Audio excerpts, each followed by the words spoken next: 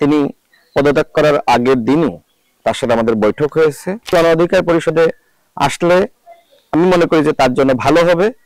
গণ অধিকার পরিষদে আসার ব্যাপারে তিনি ইতিবাচক। আসিফ মাহমুদ তিনি একসময় আমাদের সাথে রাজনীতি করেছেন এবং তার সাথে আমাদের সখ্যতা রয়েছে। তিনি পদত্যাগ করার আগের দিনও তার সাথে আমাদের বৈঠক হয়েছে।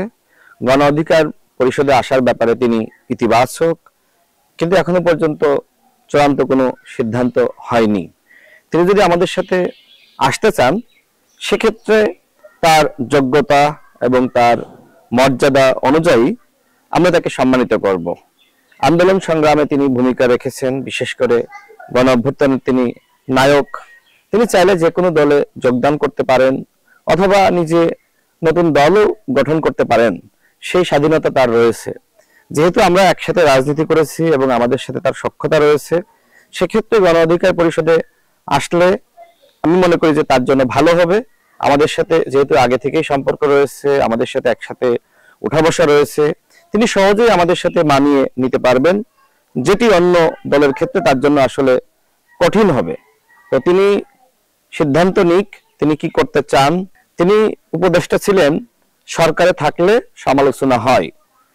তার বয়স তো খুব বেশি না, বয়সে তরুণ। এই বয়সে তিনি হয়তো বেশ কিছু ভুলভ্রান্তি করেছেন। আমরা মনে করি যে বয়স বাড়ার সাথে সাথে তার পরিপক্কতা বাড়বে, তিনি অনেক কিছু বুঝবেন, শিখবেন, দেখবেন। তো আমার কাছে মনে হয় তার এই ভুলভ্রান্তিগুলো নিয়ে এই মুহূর্তে আলোচনা করা এটি আসলে সমীচীন নয়। আমি দেখলাম অনেকে তার সমালোচনা করছে।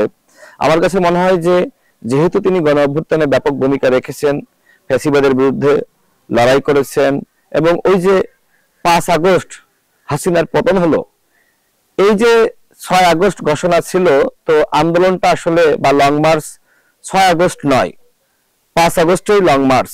এই সিদ্ধান্ত কিন্তু আসিফ মাহমুদের ছিল।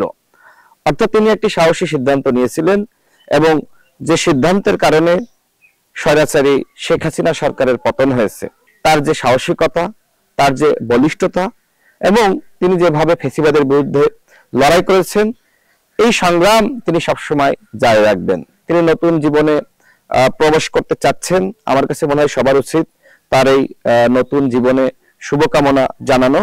আমি তাকে শুভকামনা জানাই। তিনি যে নতুন অধ্যায়ে প্রবেশ করছেন এটি চ্যালেঞ্জিং, নানান জায়গা থেকে নানান ধরনের সমালোচনা আলোচনা আসবে, তারপরে আমি তাকে শুভকামনা জানাই।